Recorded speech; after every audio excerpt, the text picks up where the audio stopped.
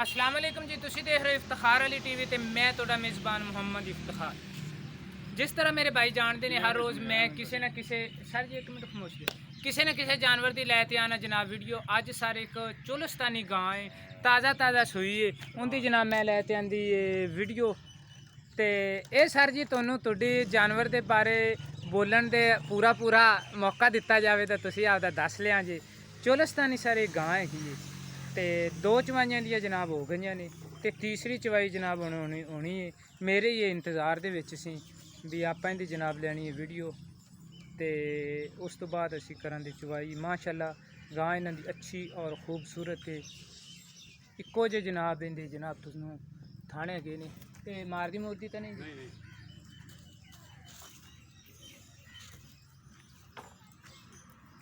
जनाब। सारी बाडी तुहानू जनाब आंदी पी जानवर की नज़र।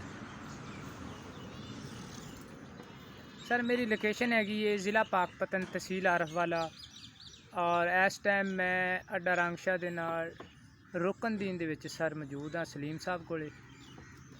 ते ये सलीम साहब दे ज़बानी भी सुना दे मैं भी तुहानू कोई गां की कंडीशन और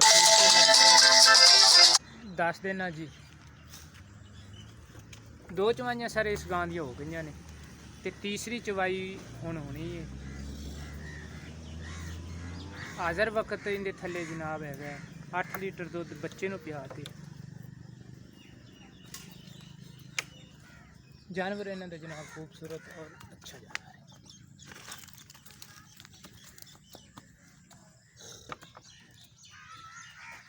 बच्ची भी जनाब माशाल्लाह सोहनी। की हाल है भाई? इत्थे मेरे कोले आ जाओ जी। तबीयतां सेहतां जी? अल्लाह दा शुक्र सब ठीक। कदों गां सूई है जी? मेरे नाल ना टुरे आओ। कल सुबह अजाना ने ठीक हो गया। तो सर हुणे दे थले हाज़र वक्त किन्ना क दुध है? हाजिर मौके दे 4 किलो होना है जी टाइम दा। एक टाइम दा 4 लीटर जनाब दे थले। चवाई बड़ी सोहनी है, पसमा इक्को है, कोई डोका शोका नहीं लांदी। सही असील धार बड़ी सोहनी निकलदी है। ठीक है।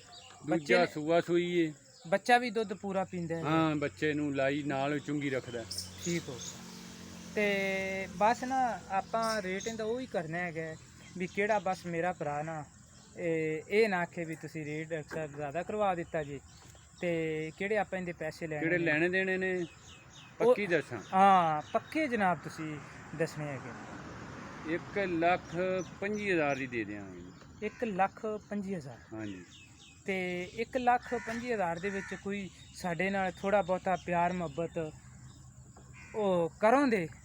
कोई थोड़ा बहुता कोई मेरा भरा दूरों आंदा है, चलो इन्ना सफ़र करते आंदा है तो उन्होंने कोई थोड़ा बहुता कोई किराया करोया कोई प्यार मुहब्बत?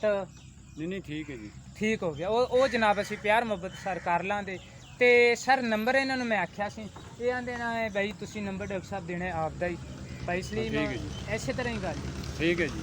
तो सर तुसी साडे नाल करना डायरैक्ट राबता 0346 87 87 250 इस नंबर पर सर मेरे चलती ईमो तोड़ के विखा दी। हाँ टोर के विखा दो। तो सर 0318 065 83 91 इस नंबर पर सर मेरे चलती हैगी जनाब व्हाट्सएप। जानवर इन्हों का माशाल्लाह खूबसूरत और अच्छा जानवर है। तो हाँ ठीक है ले आओ पिछा ले आओ ले आओ पिछा।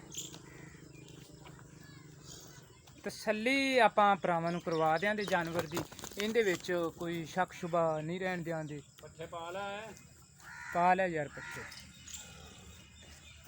अच्छा है इन्हां दे वैसे मैं जानवर ते आया सा इन्हां दे जानवर नूं होई खड़ी है इंटर कलर जी।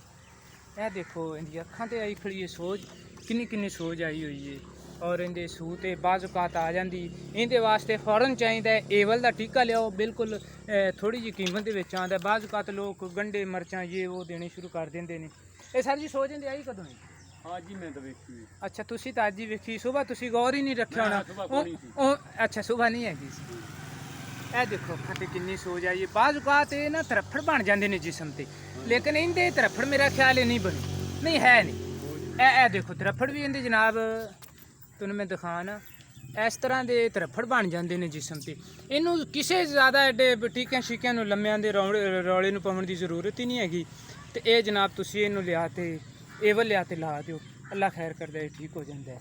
ਤੇ ਮੈਂ ਉਮੀਦ ਰੱਖਾਂਗਾ ਵੀ ਮੇਰੀ ਅੱਜ ਵਾਲੀ ਜਨਾਬ ਇਹ ਵੀਡੀਓ ਆਵੇ ਦੀ ਤੁਹਾਨੂੰ ਸਰ ਪਸੰਦ ਆਵੇ। ਤੁਸੀਂ ਲਾਈਕ ਵੀ ਕਰਨਾ ਤੇ ਸ਼ੇਅਰ ਵੀ ਕਰਨਾ ਤੇ ਇਫਤਖਾਰ ਅਲੀ ਟੀਵੀ ਨੂੰ ਸਰ ਤੁਸੀਂ ਅੱਗੇ ਸਬਸਕ੍ਰਾਈਬ ਵੀ ਕਰਨਾ ਹੈਗਾ। ਤੇ ਇਨਸ਼ਾਅੱਲਾ ਜੀ ਮਿਲਾਂਗੇ ਅਗਲੀ ਵੀਡੀਓ। ਪਾਕਿਸਤਾਨ ਜ਼ਿੰਦਾਬਾਦ।